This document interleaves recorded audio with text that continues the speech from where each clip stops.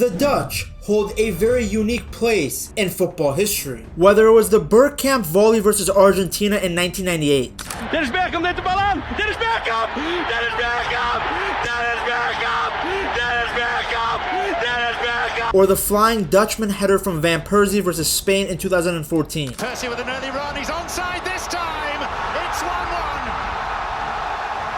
Or De Jong destroying Xabi Alonso. Or the Van Basten volley versus the Soviet Union in 1988. Van Basten. Goed. Oh, de goal. Wat een goal. The Dutch have never been boring on the international stage. Now, the team once again has some very exciting players. Van Dijk still towers over everyone with his speed and strength. He's the organizer of the back line, the vocal leader of the dressing room, and the player that teammates naturally look towards during difficult moments. Don't let one subpar season at Liverpool change your perception of him. Then the emergence of Mickey van de Ven has solved one of the biggest weaknesses the Netherlands previously faced, which was speed against elite attackers. Van de Ven changes that completely. Standing at 6'4", he combines the physical presence of a traditional center back with the pace of a fullback. Behind them in goal is Verbruggen. He's a talented goalkeeper who plays for Brighton. Brighton fans are desperate to keep him, and Dutch fans are fully backing him to be the rock behind their defense for years to come. You look at his shot stopping, distribution, and age, and it looks like the Dutch have their man in between the sticks for the future. In midfield, everything revolves around Frankie de Jong. For many inside Dutch football, de Jong remains the most important outfield player in the squad. Few midfielders in world football are as comfortable receiving possession under pressure as him. He has an extraordinary ability to escape tight spaces, carry the ball through midfield, and completely change the tempo of a match with a single run. Ryan Gravenberch has developed into an absolute beast in the midfield. Gravenberch brings physicality, technical quality, and the ability to carry the ball through pressure. Between him and Frankie, you're not getting a touch of the ball. Reinders offers something different from both de Jong and Gravenberch. He's constantly looking to drive forward, attack space, and break the defensive lines with his dribbling. While he can start deeper in the midfield, he's always played the freedom to get into attacking area, making late runs into the box, and providing an additional goal threat. So why is there still so much negativity around the Dutch? Well, I think a part of it comes from the fact that they used to have way more talented players. At the center of Dutch football's golden generation stood Johan Cruyff, a player that many still consider the greatest footballer the Netherlands has ever produced. But calling Cruyff just a player seems almost unfair. He was the brain of the team, the tactical architect on the pitch, and the symbol of an entire footballing revolution. While most players focused on their own position, Cruyff seemed to be playing a completely different game. Like everybody was playing checkers, Cruyff was playing chess. He was constantly directing his teammates, finding spaces before they appeared, and manipulating the opponents with his movement. It looked like he knew what was going to happen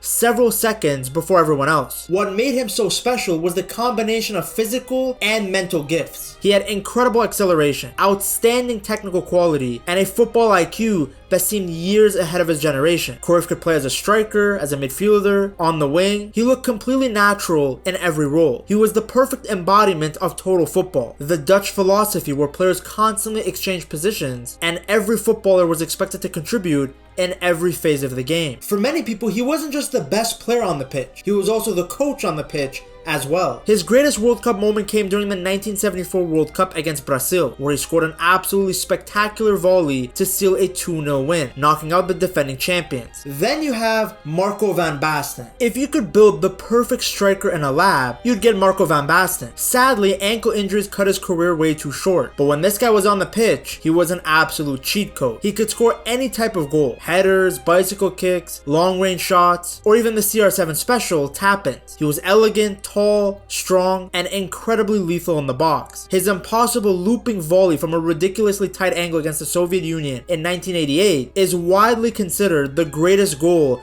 in the history of the European Championship. Then we have to talk about Ruud Gullit. Gullit was a physical beast with the skills of a ballet dancer. With his iconic dreadlocks, towering frame, and larger-than-life personality, Gullit became the symbol of one of the greatest generations the Netherlands has ever produced. What made Gullit so special was that he seemingly could do everything. He had the power of a center forward, the speed of a winger, the technique of a playmaker, and the physicality of a defender. If you guys have ever played FIFA, you'll know he's one of the the most ridiculous cards out there. His versatility gave Dutch managers enormous tactical freedom. Need a striker? Gullit could do it. Need a midfielder? Gullit could do it. Need someone to dominate physically and inspire the team? Well, Gullit could definitely do that. His best moment with the national team also came in the final of UEFA Euro 1988 against the Soviet Union. Van Basten niet buitenspel. Gullit, doe het! 1-0!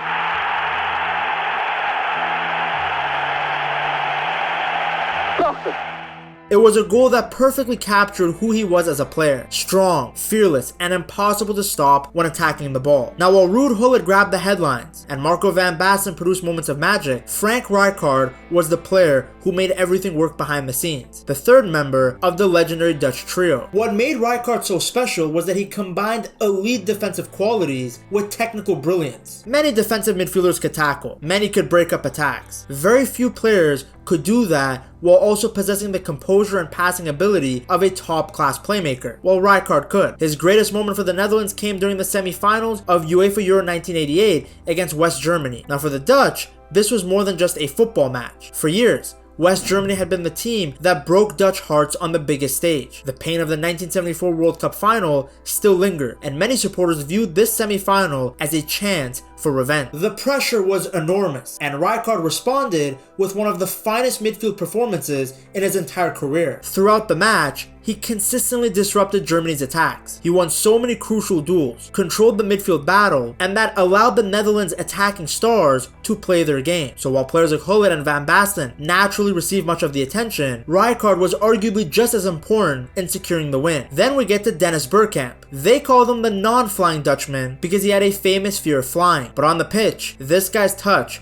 was softer than a baby's bottom. Bergkamp played football like an artist painting a masterpiece, or a man who has permanent post-nut clarity. His awareness of space, balance on the ball, and ability to score jaw-dropping, elegant goals were unmatched. His greatest moment with the national team came in the 1998 World Cup quarterfinals against Argentina. In the 89th minute, he brought down a 60-yard pass, effortlessly flicked it inside a defender, and smashed the top bins. Pure perfection. Then you have Patrick Kluivert, who was the golden boy of Dutch football during the 1990s. A striker who seemed destined for greatness from the moment he burst onto the scene as a teenager. Standing tall and physically imposing, he was excellent at holding the ball up and bringing teammates into play. Defenders couldn't simply just focus on stopping him from finishing because he could create opportunities for his teammates as well. His first touch was excellent, and he had a natural understanding of how to combine with creative players around him. That's what made him the perfect partner for a player like Dennis Bergkamp. Kluivert's defining moment for the Dutch came at the 1998 FIFA World Cup in France. The Netherlands were down 1-0 against Brazil late in the game when Kluivert did this. Here now for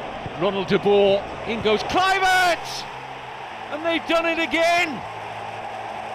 87th minute! The painful part though was that despite all of these talented players across different generations, the Dutch never won a World Cup. With Cruyff, they lost the final in 1974. 4 years later, without him, they were runners-up again. In 1994, with Bergkamp and Overmars leading the way, they lost in the quarterfinals to Brazil. Even with the likes of Schneider, Robben, and Van Persie in the modern era, the Netherlands came close, but not close enough. They finished as runners-up in 2010 and got a third-place finish in 2014. So naturally, many Dutch fans are negative because if they couldn't win with those superstars, how are they supposed to win with this current group of players? While the rest of the footballing world looks at the Netherlands and sees a strong, balanced team capable of making a deep World Cup run, many Dutch supporters see a squad with a major structural problem that has followed them for years. Ironically, it's the complete opposite of the problem that the Dutch used to have. Historically, the Dutch have produced some of the most terrifying attackers football has ever seen. I highlighted many of them too. Defending was often the concern. Scoring goals never was. Now though, for perhaps the first time in modern Dutch football history, the defense looks way stronger than the attack. There is no truly world-class attacker leading the line. Look at Memphis Depay. He has the most goals for the national team, beating all the world-class players that I mentioned earlier in the video. Yet I don't think anybody truly fears Depay. While he remains one of the most talented players in the squad, he can overcomplicate things. He can hold on to the ball for too long, try difficult things when simpler options exist, and disappear in big matches. On his day, he can be brilliant. The problem is that Dutch fans no longer know which version of Memphis will show up. Then there's Cody Gakpo. He's more consistent for the national team and always plays pretty well. But again, he isn't an attacker that strikes fear into the hearts of the opposition, especially when you compare him to the quality attackers that the Dutch used to have. Malen was in fantastic form going into the World Cup, but again, he can't be the guy to spearhead your attack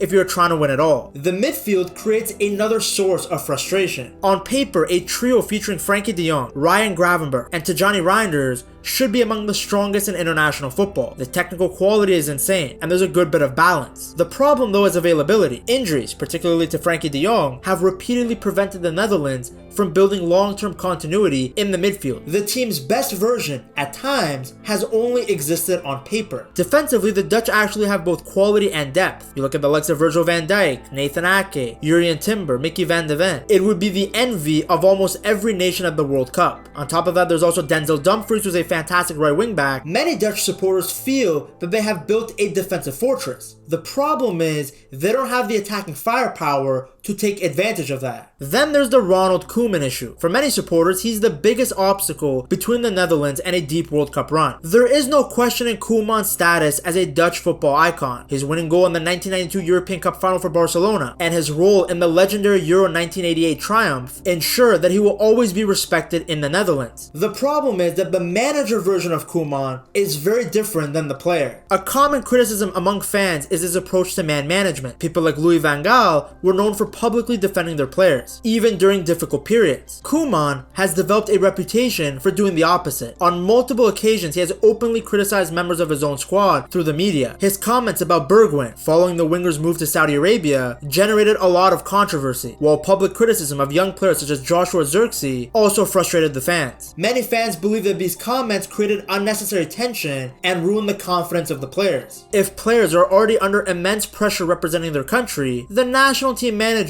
should be protecting them rather than criticizing them publicly. Another major frustration is that he really doesn't have a plan B. Koeman's teams are often criticized for being too predictable. When his preferred tactical approach works, the Netherlands can look excellent. The problems come when opponents successfully disrupt the original game plan. Many fans also feel that Koeman struggles to adapt during the matches. Subs are regularly criticized for arriving too late, tactical adjustments are often viewed as being reactive rather than proactive, and supporters constantly complain that the team continues trying the same solutions even when they're clearly not working. Knockout football often requires managers to solve problems in real time. Many Dutch supporters are not convinced that Koeman excels in that area. Perhaps the biggest source of frustration, though, is his lack of accountability. When the Netherlands perform poorly, fans often feel Koeman is too quick to point towards individual mistakes, missed chances, or player errors. What they rarely hear, at least in their view from what I've researched, is the manager acknowledging tactical shortcomings or admitting that his own decisions contributed to the result. This has created a growing disconnect between Ronald Koeman and the Dutch fan base. Now, the World Cup in general, it's a bit of a mess. New rules, new teams, a brand new round of 32. You need a guide to help you make sense of everything, so you have to watch this video right here.